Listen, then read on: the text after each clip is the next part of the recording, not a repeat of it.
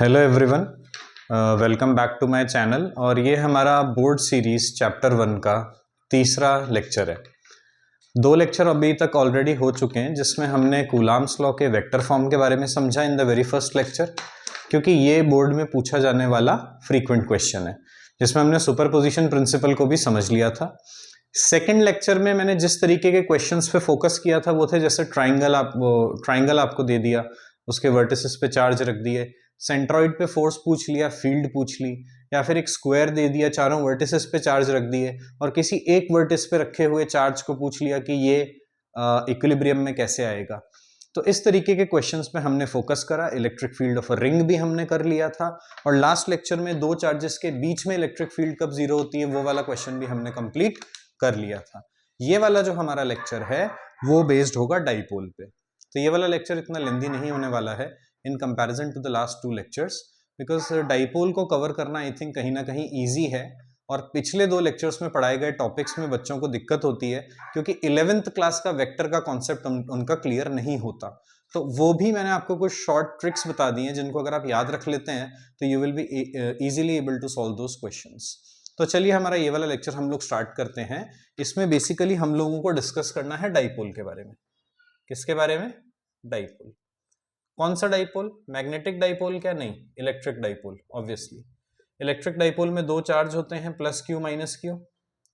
Dipole moment एक vector define करा जाता है जिसका डायरेक्शन माइनस क्यू से प्लस क्यू होता है। अगर हम बात करें बेसिक डेफिनेशन की तो इस पर्टिकुलर लेक्चर का एम बिल्कुल भी बेसिक डेफिनेशन डिस्कस करने का नहीं है। यहाँ पर हमको सिर्फ न्यूमेरिकल्स या फिर एप्लीकेशन समझना है। डेफिनेशन आपको हर जगह मिल जाएगी, पर कई बार न्यूमेरिकल जब दिया जाता है उसका सॉल्यूशन भी लिखा होता है, but you are not able to understand कि वो सॉल्यूशन आया किस तरीके से। तो उस डायरेक्शन में हमको काम करना है। तो डाइपोल मोमेंट वेक्टर क्या होता है, इसको डिफाइन कैसे करते हैं, डाइपोल मोमेंट वेक्टर का डायरेक्शन क्या होता है, ये सब तो आपको खुद समझना है। समझ गए ना? एक्सियल पॉइंट पे इलेक्ट्रिक फील्ड का डेरिवेशन क्या होता है, बहुत इंपॉर्टेंट है, पर आपको खुद करना है। उसके बाद बात आ गई कि इक्वेटोरियल पॉइंट पे जो इलेक्ट्रिक फील्ड आती है उसका डेरिवेशन क्या होता है, ये भी आपको खुद समझना है ना, याद करना है उसको कि किस तरीके से आप डेरिवेशन करेंगे। हम बात करते हैं डायरेक्ट एप्लीकेशन पे। तो हम लोग ड्रॉ कर लेते हैं एक डाइपोल को, और कुछ ऐसी बातें जो डेरिवेशन को रटने के बाद, अगर आपने रटा है तो आपको फिर भी वो बातें पता नहीं होती। वो ये है कि मान लो यहाँ पे आपका चार्ज है माइनस क्यू और यहाँ पे आपका चार्ज है प्लस क्यू। भाई एक्सेस ऑफ डाइपोल हो गई, दोनों चार्ज को जोड़ने वाली लाइन, और ये इक्वेटोरियल प्लेन में कोई पॉइंट हो गया, ये एक्सियल पॉइंट हो गया, इसको बोल देते हैं हम लोग ए। ये भी एक्सियल पॉइंट हो गया, इसको हम लोग बोल देते हैं बी, और ये भी एक्सियल पॉइंट हो गया, इसको हम लोग बोल देते हैं सी। ए की दूरी डाइपोल के सेंटर से बोल देते हैं आर, बी की दूरी डाइपोल के सेंटर से इसको भी बोल देते हैं आर, और सी की दूरी डाइपोल के सेंटर से इसको भी बोल देते हैं आर। यानी हमने तीनों ही पॉइंट का जो डिस्टेंस डाइपोल के सेंटर से लिया है वो सेम लिया है। अब बात करते हैं इलेक्ट्रिक फील्ड की। तो याद कर लो इस बात को कि डाइपोल मोमेंट वेक्टर का डायरेक्शन क्या होता है, माइनस क्यू से प्लस क्यू। ये डायरेक्शन तो आपको पता होना ही चाहिए। अब बात करते हैं इस पॉइंट पे जो इलेक्ट्रिक फील्ड आएगी उसका डायरेक्शन क्या होगा, same as P vector. P vector का डायरेक्शन इधर राइट में आ रहा है, तो ए पे जो इलेक्ट्रिक फील्ड आएगी उसका डायरेक्शन भी राइट में आएगा। बात करें पॉइंट बी की तो उसका भी डायरेक्शन वही आएगा जो डाइपोल मोमेंट वेक्टर का डायरेक्शन है। लेकिन इक्वेटोरियल पॉइंट की अगर आप बात करो तो उसका डायरेक्शन आएगा ऑपोजिट। क्या आएगा? ऑपोजिट।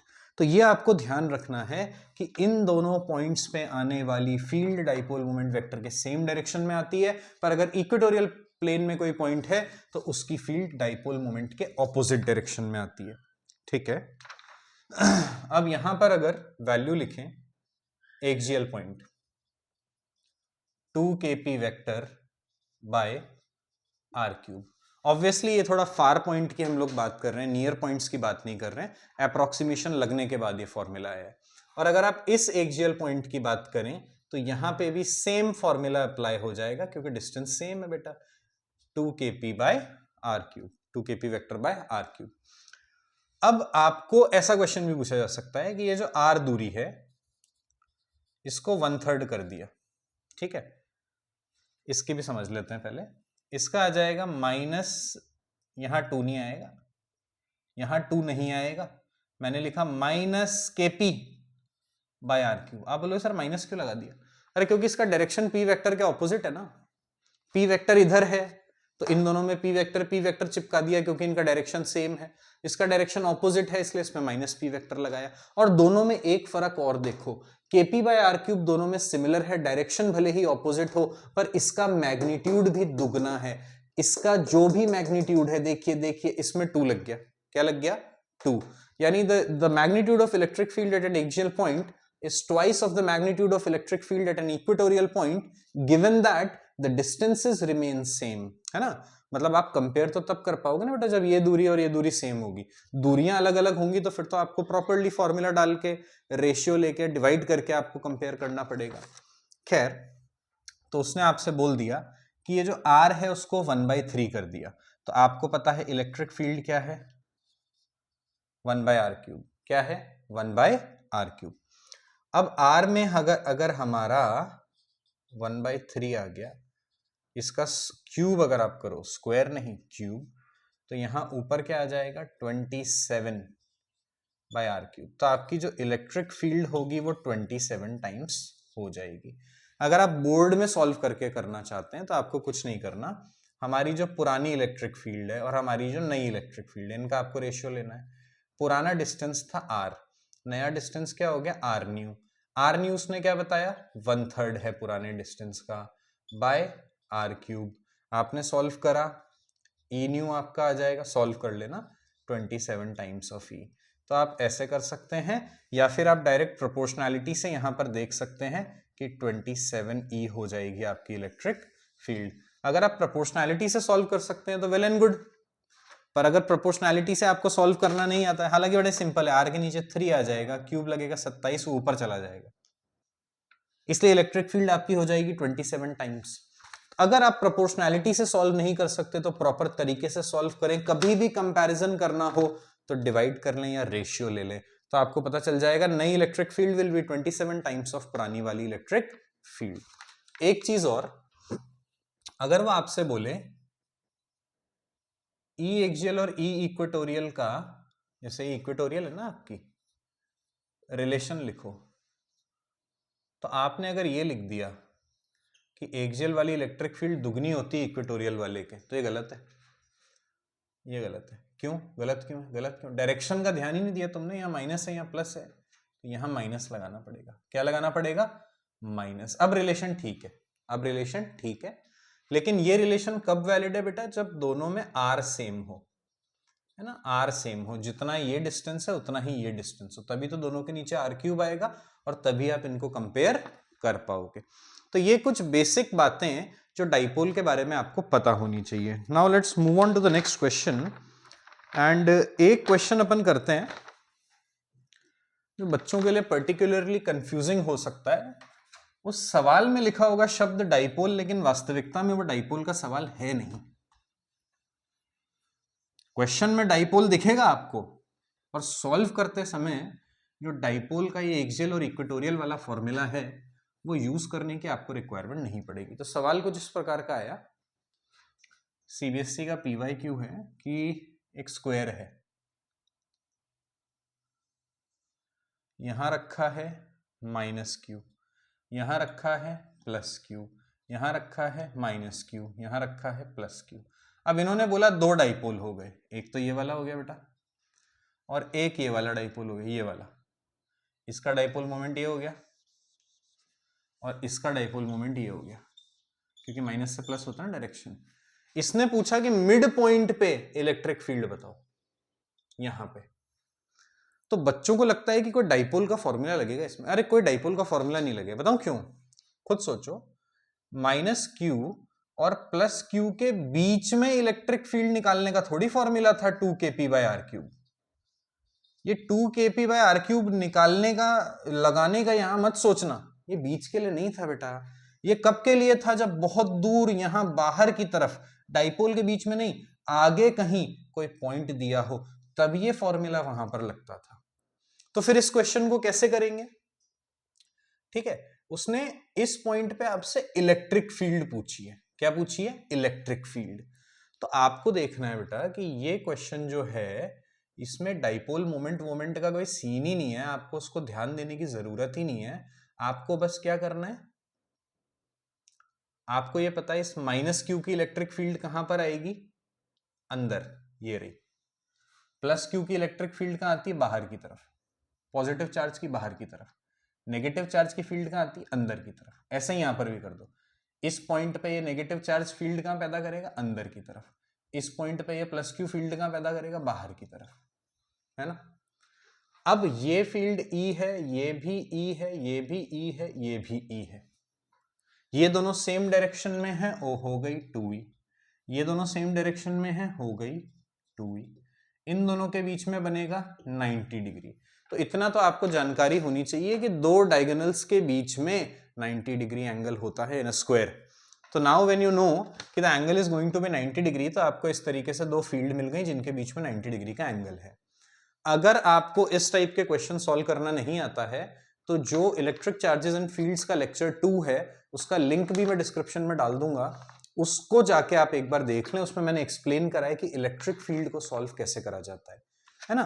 तो भले ही ये डाइपोल के अंदर आ गया ये क्वेश्चन, क्योंकि क्वेश्चन में मेंशन था कि दो डाइपोल हैं, तो बच्चों को लगता है ये डाइपोल का सवाल है, जबकि बेसिकली ये नेट इलेक्ट्रिक फील्ड निकालने का सवाल हो गया। तो ये 2e आ गया, 90 डिग्री के एंगल पे लग रहे हैं। तो जब दो इक्वल वेक्टर 90 डिग्री के एंगल पे लगते हैं तो उनका रिजल्टेंट क्या आता है? √2 टाइम्स ऑफ दोनों वेक्टर कितने? 2e।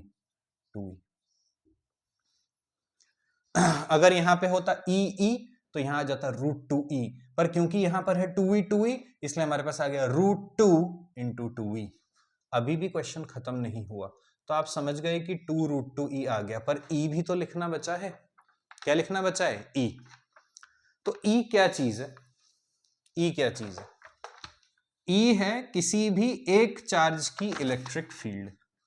ये आपका स्क्वायर है, ये पॉइंट p है, ये चार्ज है आपका -q, इसकी इलेक्ट्रिक फील्ड, यही तो है e।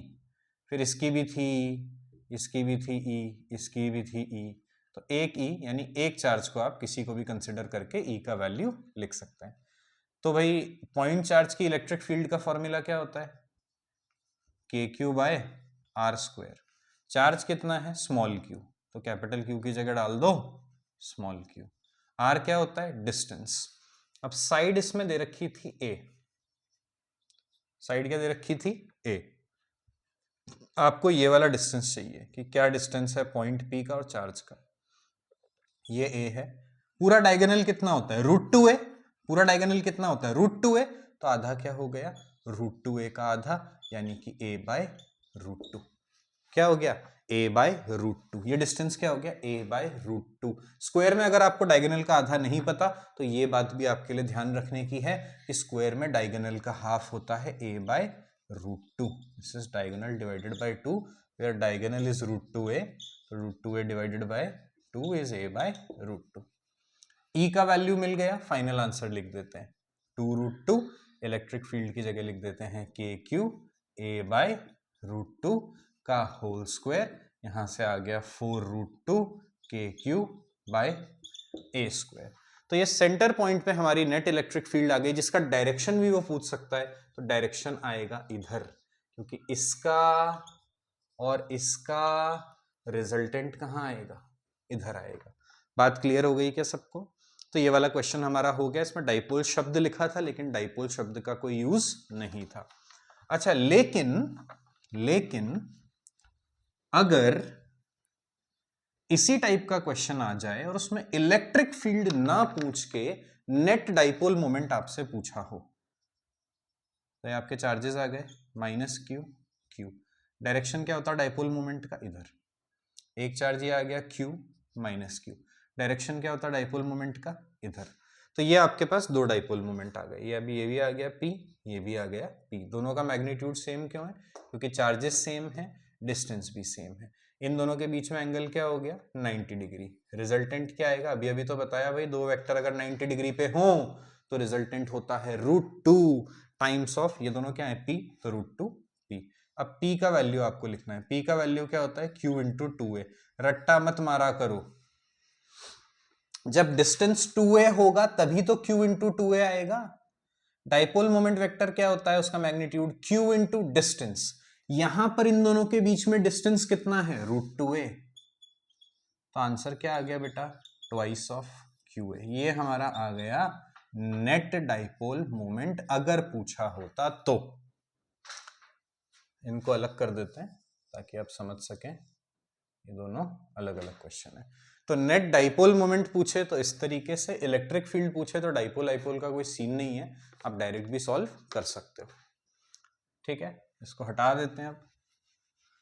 अब क्या एक सवाल जो आपके लिए समझना बहुत जरूरी है कि डाइपोल को अगर यूनिफॉर्म फील्ड में रखें तो क्या होगा, नॉन यूनिफॉर्म फील्ड में रखें तो क्या होगा, टॉर्क का फॉर्मूला क्या होगा, और एक टॉर्क पे जबरदस्त सवाल भी सॉल्व कर लेते हैं ताकि सारा कंफ्यूजन ही क्लियर हो जाए। पहली बात तो ये कि अगर आपके पास ये एक डाइपोल है, यहाँ है -q, यहाँ है +q, ये है आपकी इलेक्ट्रिक फील्ड जो कि पूरे स्पेस में फैली हुई है।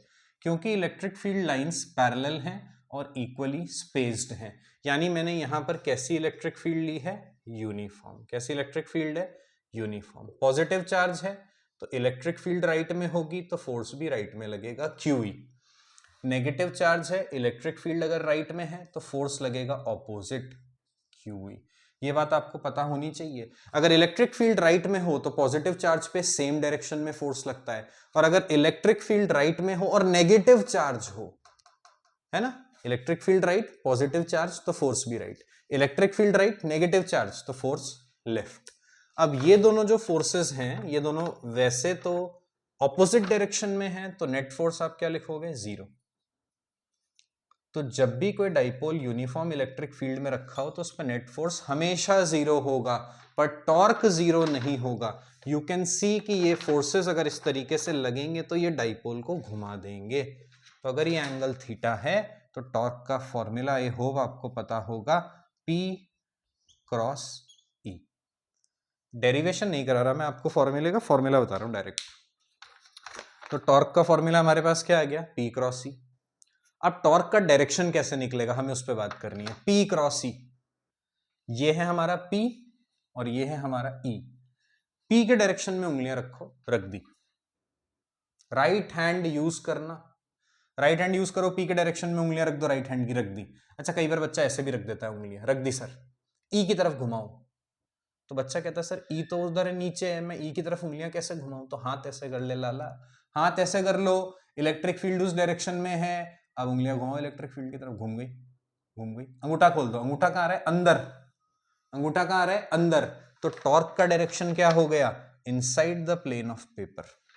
टॉर्क का डायरेक्शन क्या हो गया, inside the plane of paper. यही सेम चीज हम हमारे नेक्स्ट क्वेश्चन में यूज करेंगे, ठीक है ना। अच्छा, ये आपको पता है ना, इसका मैग्नीट्यूड लिखते हैं तो वो होता है PE साइन थीटा। ये कुछ छोटी छोटी बातें पता कर लो बेटा, मैग्नीट्यूड क्या होता है P क्रॉस E का, PE sine theta. Now let's move on to the next question which is, अच्छा क्वेश्चन है, बहुत डिफिकल्ट नहीं है। तो अगर आप मेरे से ये पूछेंगे कि क्या ये क्वेश्चन नीट लेवल के हैं, हाँ नीट लेवल के हैं, पर आप कहेंगे कि क्या ये जेई में एक अच्छा स्तर रखते हैं, तो बिल्कुल भी नहीं। तो आप इन क्वेश्चंस को जेई लेवल का बिल्कुल भी नहीं बोल सकते हैं, क्योंकि कई बार ये ऐसा कहा जाता है कि जो पेपर था वो जेई लेवल का आ गया। तो कुछ क्वेश्चन हो सकता है बिल्कुल डेफिनेटली जेई लेवल के हों, लेकिन सारे न्यूमेरिकल्स अगर आप देखेंगे तो उनका लेवल जेई लेवल नहीं है। नीट लेवल से कुछ अच्छे लेवल के भी हैं, और इनके लिए थोड़ा बहुत अंडरस्टैंडिंग आपको फिजिक्स का चाहिए, जो कि बच्चे गैदर नहीं कर पाते हैं अगर वो स्कूल्स में जा रहे हैं तो। क्योंकि स्कूल्स के अंदर न्यूमेरिकली नहीं, थियोरेटिकली पढ़ाया जाता है। 3-4-5 महीने में कोर्स को कंप्लीट कराने पे फोकस होता है, जिसमें बच्चे का न्यूमेरिकल बेस बिल्कुल भी डेवलप नहीं कर पाते हैं, है ना। तो कोर्स को जल्दी पढ़ाने से बेटर है कि ज्यादा टेस्ट लिए जाएं बीच में ही, और न्यूमेरिकल्स मैक्सिमम सॉल्व कराए जाएं। क्योंकि डेरिवेशन तो बच्चा एंड में 8 दिन में भी रट्टा मार के एग्जाम दे देता है, पास भी हो जाता है, पर न्यूमेरिकल्स से वो एंड तक घबराता रहता है। That is why physics is the most feared subject आप बोल सकते हैं इन इंडिया। जिसको पसंद होता है उसके लिए मोस्ट लव्ड सब्जेक्ट भी होता है, लव इट द मोस्ट। तो चलिए ठीक है, तो P वेक्टर हमारा आ गया। एक इन्होंने देखो क्वेश्चन क्या दिया है, एक तो ये P वेक्टर हो गया, एक P वेक्टर इन्होंने ऐसा दे दिया, ठीक है कोई इश्यू नहीं है। इधर एक्स एक्सिस दे दी, इधर वाई एक्सिस दे दी, तो आप जानते हैं जेड कहाँ होगी, जेड होगी हमारी ये रही जेड, एक्स और वाई बोर्ड के प्लेन में, तो जेड होगी बाहर की तरफ। ठीक है, अब इन्होंने एक तो पूछ लिया नेट डाइपोल मोमेंट निकाल दो, एंगल इन दोनों के बीच का दे दिया था 120 डिग्री। क्या बोल दिया, नेट डाइपोल मोमेंट निकाल दो। तो अगर आपको नहीं पता है तो ध्यान रखो बेटा, अगर दो वेक्टर हैं ए और इनके बीच में एंगल 120 डिग्री है, तो आप देखना बोर्ड आपको एंगल भी ऐसे देगा कि यार आप इजीली सॉल्व कर पाएंगे। तो ए और ए इनके बीच में एंगल 120 डिग्री है, तो इनका रिजल्टेंट भी ए आता है, यही रिजल्टेंट है। तो दो वेक्टर जो 120 डिग्री पे एक दूसरे से 120 डिग्री का एंगल रखते हैं, उनके बीच में जो रिजल्टेंट है वो भी ए आ जाता है। अब ए जो है, क्योंकि दोनों इक्वल हैं, दोनों से इक्वल एंगल बनाता है 60 और 60। तो इन लोगों ने यहां पे नेट डाइपोल मोमेंट पूछा, तो P और P का रिजल्टेंट भी P आ जाएगा, और ये इससे कितना बनाएगा 60, और इससे भी कितना बनाएगा 60। अब इसी को अगर आपको वेक्टर फॉर्म में लिखना है, तो आपको इसका I कंपोनेंट और J कंपोनेंट लिखना पड़ेगा, है ना। आप समझ रहे हैं बेटा, वेक्टर फॉर्म में लिखेंगे तो I कैप J कैप आपको लिखना पड़ेगा। तो ये आपका P हो गया, यही रिजल्टेंट आ गया इन दोनों वेक्टर्स का। ठीक है, अब आप सोचेंगे कि सर कैसे करें, क्या करें, अब समझ नहीं आ रहा। नहीं, बहुत सिंपल है, ये एंगल चाहिए तुमको थीटा। तो आप जानते हो अगर ये थीटा है तो एक्स वाला कंपोनेंट क्या होता है, P cos थीटा, और अगर ये थीटा है तो इस P का y वाला कंपोनेंट क्या होता है, P sin थीटा। तो P वेक्टर जब मैं लिख रहा हूं, जैसे कि A वेक्टर आपको याद होगा 11th क्लास में, A cos theta I cap plus A sin theta J cap, उसी तरीके से जब इस P को मैं लिख रहा हूं जो कि एक वेक्टर है, तो मैं उसके कंपोनेंट्स इस तरीके से तोड़ सकता हूं। तो आपको सिर्फ क्या चाहिए, थीटा। तो क्या बड़ी बात है बेटा, ये 90 है ना, ये कितना है 90, ये क्या है 60, 90 में से 60 काटो तो ये थीटा मिल जाएगा, कितना हो गया 30 डिग्री। तो P cos थीटा क्या हो जाएगा आपका, P cos 30 I cap plus P sin 30 J cap. P cos 30 क्या होता है बेटा, √3P/2 I cap plus P/2 J cap. तो इस तरीके से आप P वेक्टर को लिख सकते हैं। ठीक है, ये तो हो गया। वैसे मेरे हिसाब से ये भी बच्चों को डिफिकल्ट पड़ा होगा, पर इसका जो नेक्स्ट पार्ट था वो बच्चों को ज्यादा डिफिकल्ट लगा होगा। मैंने किसी किताब में टॉपर्स आंसर पढ़ा था, तो टॉपर्स आंसर में उन्होंने क्या करा था कि उन्होंने P के इसके कंपोनेंट तोड़ लिए थे, I और J वाले, और ये तो J में ही है क्योंकि ये Y में है, इसके कंपोनेंट तोड़ लिए, इसको भी ले लिया वेक्टर फॉर्म में लिख लिया, इसको भी वेक्टर फॉर्म में लिख के दोनों को ऐड कर दिया। ऐसे भी आप कर सकते हैं, मुझे ये बेटर लगता है। मुझे बेटर लगता है कि 120 डिग्री का एंगल है तो रिजल्टेंट बीचों बीच आ जाएगा, दोनों से 60 और 60 बनाएगा। ये 60 हो गया तो ऑब्वियसली ये तो 30 ही होगा ना, फिर इसके कंपोनेंट तोड़ने, तोड़ लो। इसके नेक्स्ट पार्ट में उन्होंने आपसे पूछ लिया कि टॉर्क बताओ। क्या पूछ लिया, टॉर्क बताओ। तो ये तो हटा देते हैं क्योंकि ये हो गया अपना, ये अपन ने इसको नेट डाइपोल मोमेंट लिख लिया, दोनों का डाइपोल मोमेंट को वेक्टोरियली सॉल्व करके नेट डाइपोल मोमेंट लिख लिया। अब अगले पार्ट में उन्होंने कहा है कि टॉर्क बताओ। क्या बताना है, टॉर्क बताना है, नेट टॉर्क बताना है।